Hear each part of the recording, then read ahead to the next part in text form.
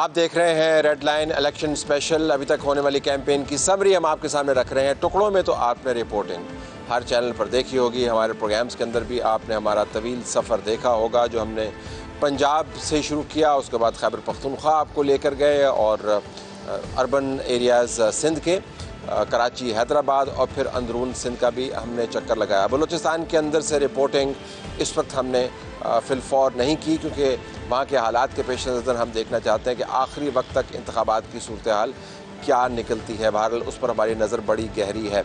हम इस प्रोग्राम में आपके सामने अभी तक जो हमारे मुशाहिदात हैं उनको निचोड़ रखना चाहते हैं। ये हतमी मुशाहिदात नहीं है। पाकिस्तान की सियासत के बारे में कहा जाता है कि एक दिन ही काफ़ी है इसकी सिमत को रीएडजस्ट करने के लिए। कहाँ पर चंद दिन अभी बाकी हैं इंतखाबात के अंदर, तो कुछ भी हो सकता है। लेकिन सियासी जमातों ने अपनी कैंपेन्स मुकम्मल कर ली हैं। जमातों के साथ जो कुछ होना था वो हो चुका है। इसके बाद अगर कोई बहुत बड़ा और खुदा न खास्ता भयानक वाक़या ना हो गया तो इसी इलेक्शन कैंपेन की ट्रैजेक्टरी और इसी निज़ाम के तहत आप 8 फरवरी के इंतखाबात के अंदर अपना वोट डाल पाएंगे। तो आइए प्रोग्राम का आगाज़ करते हैं पाकिस्तान तहरीक-ए-इंसाफ से कि पाकिस्तान तहरीक-ए-इंसाफ की कैफियत क्या है, उनके कैंडिडेट्स क्या कर रहे हैं, जमात के प्रॉस्पेक्ट्स हमें कैसे नज़र आ रहे हैं। पाकिस्तान तहरीक-ए-इंसाफ ताकत से निकाली गई थी। एक तो बात याद रखें कि जो ताकत से जमात निकाली जाती है उसको वापस आने के लिए जो पापड़ बेलने पड़ते हैं उसके अंदर जो वक्त दरकार है वो कम से कम एक इंतखाब और एक चुनाव का वक्त है।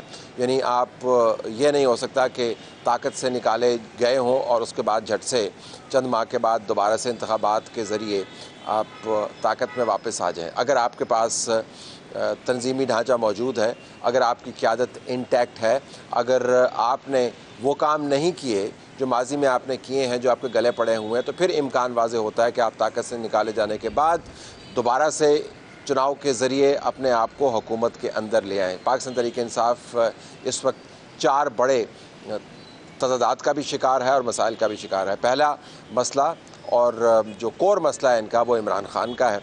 इमरान ख़ान और शाह महमूद कुरैशी को जिस मुकदमे के अंदर सज़ा हो गई है उसके बाद उनका दर्जा कॉन्विक्ट्स का हो गया है, जिससे मुराद ये है कि आप अदालत के अंदर अपीलों में जाएंगे भी तो ये धब्बा आप पर लग चुका है कि एक अदालत ने आपको इतने बड़े और अहम केस के अंदर 10 साल की सज़ा दी थी।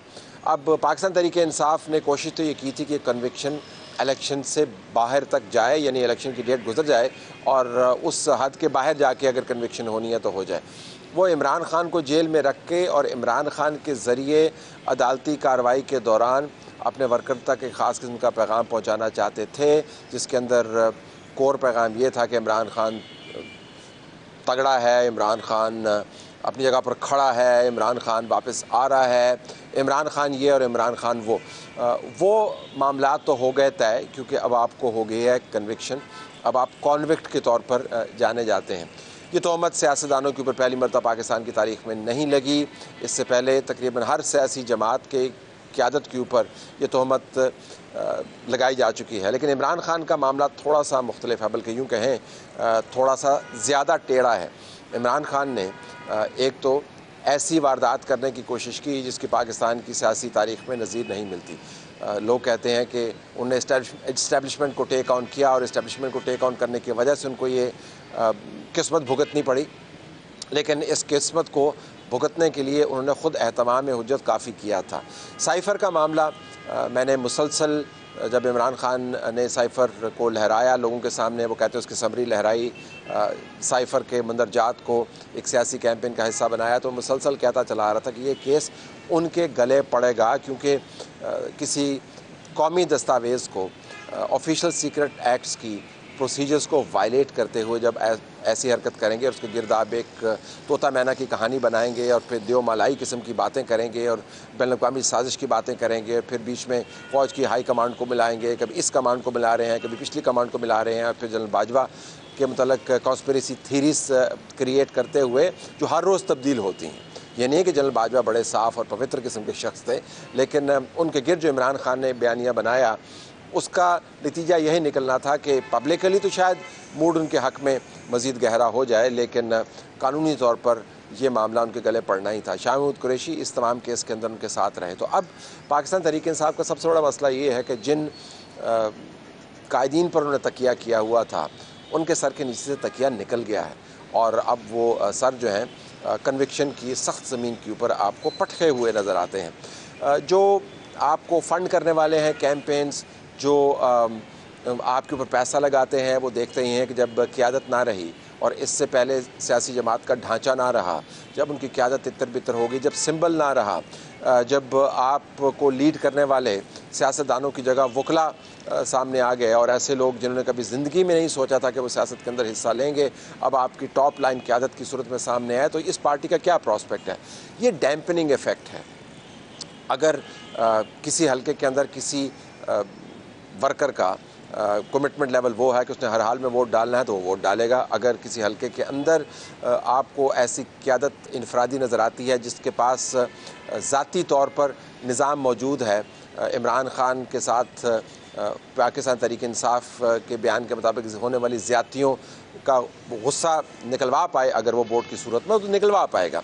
अगर आपने 10 यूथ पर बूथ की पॉलिसी अपनाई हुई है, अगर आपने लोगों के साथ राब्ता रखा हुआ है और उससे आप ढेर वोट डलवा सकते हैं, तो वो कैंडिडेट शायद एक बहुत बड़ी एडवांटेजेस पोजीशन में हो। लेकिन बतौर पार्टी पाकिस्तान तहरीक इंसाफ अपने सियासी कैरियर का सबसे मुश्किल इलेक्शन लड़ेगी और हमें इस इंतखाब और चुनाव के अंदर उनका ना सिर्फ वोट बैंक गिरता हुआ नज़र आ रहा है, बल्कि उनकी सीटें महदूद होकर उस हद तक जाती हुई नज़र आ रही हैं कि शायद उनको लगे कि उनका सियासी किरदार ख़त्म हो गया है। अगर क़यादत और तंजीम बराबर रहती और बची रहती तो शायद कोई इतना बड़ा मसला नहीं था। पाकिस्तान पीपल्स पार्टी इस तमाम मसले में से गुजर चुकी है, पाकिस्तान मुस्लिम लीग नून इस मसले में से गुजर चुकी है, लेकिन इमरान खान की पार्टी का तंजीमी ढांचा भी तबाह हुआ, लोग भी छोड़ के चले गए और क़यादत संजीदा अपनी जो गलतियां हैं उसका खमियाजा भी भुगतने लगी। तो इलेक्शन से पहले जो प्रॉस्पेक्ट है पाकिस्तान तहरीक इंसाफ का, आपको बहुत मुश्किल नज़र आता है कि वो नंबर्स वो ला पाएँ जिनकी आप अखबारात के ज़रिए या इश्तहारात के ज़रिए या ट्वीट के ज़रिए हर तरफ गूंज सुनते हैं। कम से कम सोशल मीडिया के ऊपर तो यही है कि जी बड़े लोग वोट डालेंगे, लेकिन हमारा तज्जिया ये है कि इन तमाम हालात के पेश नज़र पाकिस्तान तहरीक इंसाफ बहुत मुश्किल से चंद एक सीटें ले पाएगी अहम एरियाज़ के अंदर और उनका वोट बैंक भी श्रिंक करेगा। अब आइए पाकिस्तान पीपल्स पार्टी की तरफ। पाकिस्तान पीपल्स पार्टी ने यकीनन अपनी हालिया तारीख की सबसे एग्रेसिव कैंपेन रन की है। मैंने एक ट्वीट में कहा था कि इन्होंने तमाम अपने वसाइल डिप्लॉय किए हुए हैं, ए, बी और जी, यानी आसफ़ा भुट्टो, बिलावल भुट्टो ज़रदारी और ज़रदारी साहब ख़ुद तमाम तर एतराज़ के बावजूद और तमाम तर एहतियात मलूज़ ख़ातर रखते हुए आसिफ अली ज़रदारी साहब ने भी जलसों से ख़िताब किया है और बहुत स्ट्रॉन्ग कैंपेन रन की है। और सिर्फ पाकिस्तान के एक हिस्से में कैंपेन रन नहीं की, पंजाब से इस कैंपेन का उन्होंने आगाज़ किया, अंदरून सिंध के अंदर लेके गए, कराची के अंदर रैलियाँ की, हैदराबाद को भी टच किया, खैबर पख्तूनख्वा के अंदर गए, बलूचिस्तान के अंदर गए। तो ये एक बहुत ही मरबूत और कॉम्प्रिहेंसिव किस्म की कैंपेन है। पाकिस्तान पीपल्स पार्टी का ख्याल है कि पाकिस्तान तहरीक इंसाफ से टूटा हुआ वोट और वोटर वो उसको कैप्चर कर सकते हैं, क्योंकि वो जितना मियां मोहम्मद नवाज शरीफ की जमात को लताड़ेंगे उतना पाकिस्तान तहरीक इंसाफ का वो फ्रस्ट्रेटेड वोटर जिसको अपनी पार्टी का प्रॉस्पेक्ट नज़र नहीं आता वो उनकी तरफ माइल होगा। ये कोई बुरी कैलकुलेशन नहीं है, लेकिन क्या वाक़तन पाकिस्तान तहरीक इंसाफ का वोटर इतना मोटिवेटेड होगा कि वो बाहर निकल कर अपनी जमात के किसी भी शख्स को वोट डालने के बजाय पाकिस्तान पीपल्स पार्टी की तरफ वोट डाले? ये आने वाला वक्त बताएगा। लेकिन ये मफरूज़ा कोई गलत या अहमकाना या बेवकूफ़ाना मफरूज़ा नहीं है। तो इस बुनियाद पर पाकिस्तान पीपल्स पार्टी ने अपनी कैंपेन रन की। उनके दो मकासद हैं, एक तो अपनी सिंध की बेस को मजबूत रखना, इंटैक्ट रखना। अर्बन एरियाज़ के अंदर उनको बड़े चैलेंज का सामना है, अंदरून के अंदर उनका मुकाबला एक ऐसे इकट्ठ से है जिसके अंदर तमाम जमातें मौजूद हैं जो पहले अलग-अलग इलेक्शन लड़ा करती थीं और अब वो 1-to-1 मुकाबले की कैफियत उन्होंने क्रिएट की हुई है। लेकिन अपनी बेस को सिक्योर करने के साथ साथ उन्होंने पंजाब के अंदर भी इंग्रेस करनी है और वहाँ से ज़्यादा सीटें उठानी हैं। ज़्यादा सीटों से मुराद ये नहीं है कि वो दर्जनों सीटें उठा लें, लेकिन इतनी सीटें उठा लें कि पिछले इंतखाबात की निस्बत उनके नंबर ज़्यादा हों। अगर बलूचिस्तान से उनको जो इलेक्टेबल्स उन्होंने ज्वाइन करवाए हैं वहाँ से उनको सीटें मिलती हैं, खैबर पख्तूनख्वा के चंद इलाकों में से उनको सीटें मिलती हैं, सिंध की बेस उनकी इंटैक्ट रहती है, तो पंजाब से उठाई हुई सीटें उनके लिए सोने पर सुहागे का काम करेंगी। अब जो एक और तकिया वो कर रहे हैं वो इंडिपेंडेंट्स पर कर रहे हैं। उनका ख्याल ये है कि अगर बड़ी तादाद में नहीं तो अच्छी खासी तादाद में इंडिपेंडेंट्स ने इंतखाबात जीते तो आसिफ अली जरदारी साहब के पास वो तमाम दाव पेच मौजूद हैं, वो टूल किट मौजूद है जिसके ज़रिए आप इनके साथ मामलात को तय कर सकते हैं और उस मामले को हर तरफ से सील कर सकते हैं। तो इंडिपेंडेंट्स को अपने साथ मिलाना, पंजाब से सीटें उठाना एग्रेसिव कैंपेन का एक बहुत बड़ा हिस्सा है और नून लीग की जितनी बैशिंग करें उतना ही उनके लिए अच्छा होगा।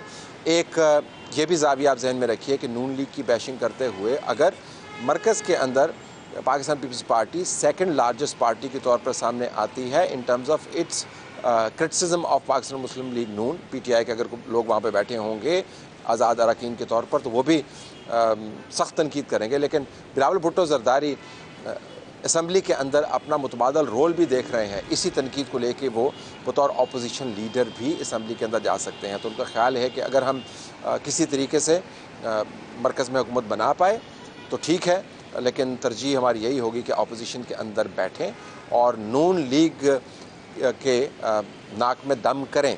वैसे भी मरकज़ के जिस किस्म के हालात हैं, पाकिस्तान पीपल्स पार्टी चाहेगी कि तमाम हुकूमत में आने के बाद का जो वज़न है वो पहले नून लीग उठाए, उसका नुकसान भी उठाए और जब वो मामलात को तय करते करते अपने आप को एग्जॉस्ट कर ले तो फिर दौरान फर्स्ट टेन्योर के 2.5 साल बाद 2 साल बाद या उससे पहले हम एक मुतबादल के तौर पर सामने आएँ और दूसरी जमातों के साथ मिलकर एक मुतबादल हुकूमत की तजवीज़ दें।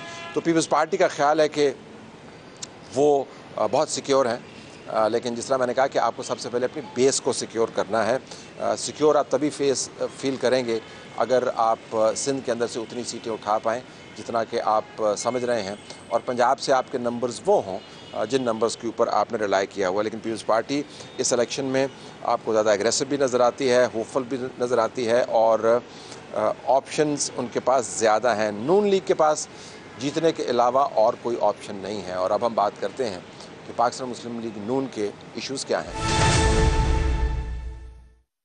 पाकिस्तान मुस्लिम लीग नून इस वक्त 3 बड़े चैलेंजेस और एक इम्कान के ऊपर अपनी कैंपेन को चला रही है। नंबर 1 चैलेंज तो ये है कि कैसे वो पाकिस्तान पीपल्स पार्टी की तरफ से जो कैंपेन लॉन्च की गई है, पाकिस्तान तहरीक इंसाफ का जो वोट बैंक मौजूद है और जो आज़ाद मौजूद हैं उनके बीच में से गुजरते हुए इतने नंबर्स उठा पाए कि लोगों को ये ना लगे कि अपने होम बेस के अंदर यानी पंजाब के अंदर नून लीग को मुश्किलात का सामना है। तो सबसे पहले तो उन्होंने पंजाब को सिक्योर करना है, उसके बाद एलाइज़ के ऊपर उनका तकिया ज़्यादा है। खैबर पख्तूनख्वा के अंदर उनके जो फोकस हैं वो सारे के सारे उन सीटों पर हैं जो हज़ारा डिवीज़न के अंदर आते हैं। इसके अलावा आपको कहीं कहीं उनके कैंडिडेट्स अच्छी कैंपेन रन करते हुए नज़र आए, लेकिन इसके कोई ज़्यादा बहुत काबिल ज़िक्र उन्होंने काम नहीं किया। तो नून लीग बुनियादी तौर पर पंजाब के ऊपर फोकस किए हुए है। पंजाब के अंदर ढेर सीटें मौजूद हैं, चंक सीट्स मौजूद हैं। पंजाब में से अगर आप कौमी असम्बली की सीटें उठा के मरकज़ में आते हैं तो लामहला आपको सूबाई असम्बली की सीटें भी मिलेंगी। कुछ सीट एडजस्टमेंट्स उन्होंने की हैं, लेकिन तमाम तर हुआ के बावजूद कुछ सिग्निफिकेंट सीट एडजस्टमेंट्स नहीं हैं। अगर आप पंजाब के अंदर उनके मेंबरान जो उम्मीदवारान हैं उनका नंबर देखें तो वो सबसे ज़्यादा नंबर पंजाब में उन्होंने सूबाई असम्बली के ऊपर सीटों पर ही लोग खड़े किए हुए हैं। तो पंजाब की सूबाई सीटें जो हैं उनके मरकज़ में हैं, उनकी तवज्जो में हैं और वो जानते हैं कि इस मरकज़ को रिटेन करके वो पंजाब से अपना वोट बैंक इस्टेब्लिश भी कर सकते हैं और ये बावर भी करवा सकते हैं कि पंजाब में वो इनविंसिबल हैं। दूसरा चैलेंज उनका ये है कि पंजाब में इनविंसिबल होने के बाद उनको बहरहाल रिलाय करना पड़ेगा दूसरी जमातों पर। आपको एक कसीरुल जमाती अरेंजमेंट होता हुआ नज़र आता है जो 2 पार्टी सिस्टम यानी पीपल्स पार्टी और पाकिस्तान मुस्लिम लीग नून को सपोर्ट करे, यानी उनकी मुआवनत करे। तो वो कसीरुल जमाती जो सपोर्ट स्ट्रक्चर है उसके अंदर NQM भी मौजूद है, उसके अंदर JUI भी मौजूद है, उसके अंदर आज़ाद उम्मीदवारान भी मौजूद है। अगरचे आज़ाद उम्मीदवारान की नून लीग की तरफ अज खुद आना और पार्टी ज्वाइन करना बहुत मुश्किल लगता है उनको। अगर कोई ग्रुप बनाते हैं तो उस ग्रुप के ज़रिए वो नून लीग के साथ भाव-ताव कर सकते हैं। दूसरा चैलेंज ये है कि ये तमाम जो जमातें हैं इनमें से किन किन के साथ उन्होंने मामला तय करने हैं। MKM तो वाज़े है, JUI भी वाज़े है। अगर और सियासी जमातें कुछ नंबर्स लेके आती हैं तो नून लीग को उनके साथ निगोशिएट करना पड़ेगा। तो निगोशिएशंस ना करने की गुंजाइश जो है वो नून लीग के पास नहीं है। जो सबसे बड़ा चैलेंज उनका ये है कि जो उन्होंने वादे किए हैं उनको पूरा करने के लिए उन्होंने बहरहाल हुकूमत बनानी है, ना सिर्फ मरकज़ के अंदर बल्कि पंजाब के अंदर भी। इस वक्त उनके पास मुमकिन तौर पर 3 प्राइम मिनिस्टरियल कैंडिडेट्स हैं, बल्कि आप 3.5 या 4 ही समझिए। नवाज शरीफ साहब ख़ुद हैं, शहबाज शरीफ साहब ख़ुद हैं, इसहाक डार साहब मौजूद हैं। मरीम नवाज़ की भी ख्वाहिश है कि वो कभी ना कभी प्राइम मिनिस्टर बने। पंजाब के अंदर उनके पास एक से ज़्यादा कैंडिडेट्स मौजूद हैं। मरीम नवाज़ ख़ुद कैंडिडेट हैं वहाँ पर। हमजा शहबाज अगरचे इतने विजिबल आपको नज़र नहीं आते, लेकिन ख्वाहिश उनकी भी है। और उनकी इत्तेहादी जमातों में से भी आप देखेंगे कि इस्तेहकाम पार्टी में से अलीम खान साहब जो हैं वो भी एक तगड़े उम्मीदवार के तौर पर नज़र आते हैं। तो इत्तेहादी जमातों को और नून लीग को मिला के prime ministerial and chief ministerial candidates की एक लंबी फहरिस्त उनके पास मौजूद है। तो कौन सा कम्बिनेशन चलेगा, ये भी याद रखें कि इस्टेब्लिशमेंट के साथ जब आप इंगेज करते हैं तो तमाम तर मुबैना रियायतों के बावजूद, और वो रियायतें क्या हैं कि आपके साथ माज़ी में जो ज़्यादतियाँ हुई थी वो हमने नहीं करनी। उन रियायतों के बावजूद आपको ये देखना होगा कि इस्टेब्लिशमेंट की प्रेफरेंसेस भी क्या हैं। हमारा मानना ये है कि शायद एक शरीफ मरकज़ के अंदर और दूसरा शरीफ सूबे के अंदर इस्टेब्लिशमेंट के लिए एक ऑकवर्ड सिचुएशन क्रिएट कर सकता है। तो अगर कोई ऐसा मामला हुआ तो फिर आपने किस तरतीब के साथ अपने घोड़ों को सामने लेके आना है। हमें बताया जाता है कि ये मामलात पहले तय हो चुके हैं, लेकिन ये भी याद रखिएगा कि इंतखाबी अमल के बाद की सूरत हाल उस जंगी प्लान की तरह होती है जो पहली गोली के चलते सार ही तब्दील हो जाता है।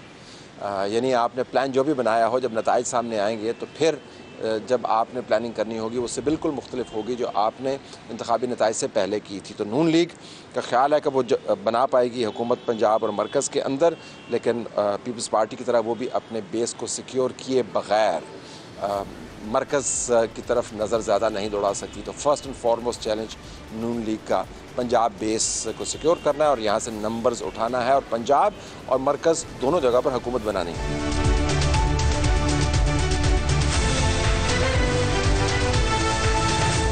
MKM की बात करें, MKM के लिए ये मेक और ब्रेक इलेक्शन है। बहुत अरसे के बाद MKM की क़यादत मुत्तहिद हुई है। MKM अपने पुराने इमेज से जान छुड़वाने के बाद एक सियासी तलातम का और तूफ़ान का उसको सामना था, अंदरूनी तौर पर टूट फूट हो रही थी। जो अल्ताफ़ हुसैन का हैंगओवर था वो बहुत सख्त किस्म का था। वो तमाम पौध जो अल्ताफ़ हुसैन के नारों के नीचे पल कर ऊपर आई थी उसका एक अपना प्रेशर था। और पिछले इंतखाबात में हारने के बाद या उनके बयान के मुताबिक हरवाए जाने के बाद ये मिथ्स बहुत गहरी हो गई थी कि अगर अल्ताफ़ नहीं होगा तो ये इंतखाब नहीं जीतेंगे। तो इस मरतबा क़यादत ने इकट्ठा होकर ये साबित करना है कि अल्ताफ़ हुसैन की बातचीत और उनके बयानिए से हट के वो MKM के वोटर की नुमाइंदगी कर सकते हैं। दूसरी बात यह कि जब तंजीमी ढांचा वो ना हो जो पुराना था, जब अंदाज़ लोगों से इंगेज करने का वो ना रहे जो पुराना था, और जब वो साजो सामान ना रहे जो पुराना था, तो फिर इंतखाबी कैंपेन चलाना काफ़ी मुश्किल होता है। लेकिन इंतखाबी कैंपेन उन्होंने चलाई। अब उनका मुकाबला ना सिर्फ पाकिस्तान पीपल्स पार्टी से है जो बड़ी एग्रेसिव कैंपेन, जिस तरह मैंने आपको पहले बताया, रन कर रही है पाकिस्तान भर के अंदर, बल्कि जमात इस्लामी से भी है। उनका मुकाबला इन दोनों जमातों से है जिन्होंने बल्दियात के अंदर MKM के बायकाट के बाद अपना न्यूमेरिकली लोहा मनवाया और बहुत सीटें ली और बहुत सारी बल्दियात अब इनके पास मौजूद हैं। MKM को इस सिस्टम की अब सहूलत मुहैया नहीं है। MKM को अंदरूनी इख्तलाफात को बालाए ताक रख कर वायलेंस को एवॉइड करते हुए वोटर के गुस्से, उसके जज्बात, उनकी उम्मीदों की नुमाइंदगी करते हुए इन इंतखाबात में अपना वोट बैंक वापस लेना है। वो जो देख रहे हैं उनका ख्याल है कि 13 से 16 सीटें, हैदराबाद की 2 सीटें मिलाकर, जहाँ पर जो कंजर्वेटिव एस्टिमेट्स हैं वो 12 से 13 सीटें कहते हैं, जो उनके नकाद हैं वो कहते हैं जी कि ये 9 से ऊपर नहीं जाएंगे। लेकिन पिछले इंतखाबात के बरक्स MKM को ना सिर्फ नंबर ऑफ़ सीट्स बढ़ाना है ताकि मरकज़ में वो नेगोशिएट कर सकें, बल्कि उनको अपना वोट बैंक भी बढ़ाना है। तो MKM के लिए पुरुमीद किस्म का इंतखाब है, लेकिन इसके अंदर ख़दशात भी हैं, इसके अंदर मसाइल भी हैं। जमात इस्लामी की पोजीशन पहले की निस्बत बहुत बेहतर है। जमात इस्लामी के बारे में हम आपको बताएं कि उन्होंने पाकिस्तान में अपनी तारीख़ में सबसे ज़्यादा नंबर ऑफ़ कैंडिडेट्स जो हैं, उम्मीदवारान जो हैं, उनको उन्होंने पार्टी टिकट्स दिए हैं और कैंपेन उनके भी बहुत एग्रेसिव है। उनकी तमाम क़यादत इस कैंपेन के अंदर मौजूद है। सिराजुल हक साहब से लेकर प्रोविंशियल लीडर से लेकर ये तमाम के तमाम लोग down to their town level और गांव के और तहसील के निज़ाम को टच करते हुए ये हर टियर के ऊपर कैंपेन कर रहे हैं। मुनज़्ज़म जमात है, लेकिन जमात इस्लामी का जो बड़ा मसला रहा है वो ये, जब भी वो आज़ाद इंतखाब लड़ती है, यानी एक किसी कट का हिस्सा नहीं होती, तो फिर उसको स्लोगन क्राफ्ट करने में मुश्किल होती है। ये दुरुस्त है कि हल सिर्फ जमात इस्लामी ही, लेकिन हल किस चीज़ का? जमात इस्लामी की कैंपेन के अंदर स्लोगन्स की हद तक आपको अभाम नज़र आता है, लेकिन जमात चूँकि नज़रियाती तौर पर अपने आप को डिफ़ाइन कर चुकी है तो शायद उनके लिए इतना बड़ा मसला नहीं हो। लेकिन उनका ख़्याल ये है कि अगर वो अपना वोट बैंक बढ़ा पाए और अपनी प्रेजेंस पाकिस्तान भर में वो शो कर पाए तो दोबारा से जमात का रिवाइवल हो सकता है। जमात रीज़नेबली स्पीकिंग ना हुकूमत बनाने की पोजीशन में होगी, ना हुकूमत को सपोर्ट करने की पोजीशन में होगी। उम्मीद उनकी बहरहाल यही होगी कि उनका वोट बैंक ऊपर जाए, सीटें पहले की निस्बत उनकी ज़्यादा हों। JUI इसके बरक्स अपने आप को ना सिर्फ खैबर पख्तूनख्वा के अंदर एक मरकज़ी रोल में देख रही है, बल्कि उनका ख़्याल है कि नेशनल असम्बली की सीटें उठा के वो मरकज़ के अंदर भी मिनिस्ट्रियाँ ले सकती है।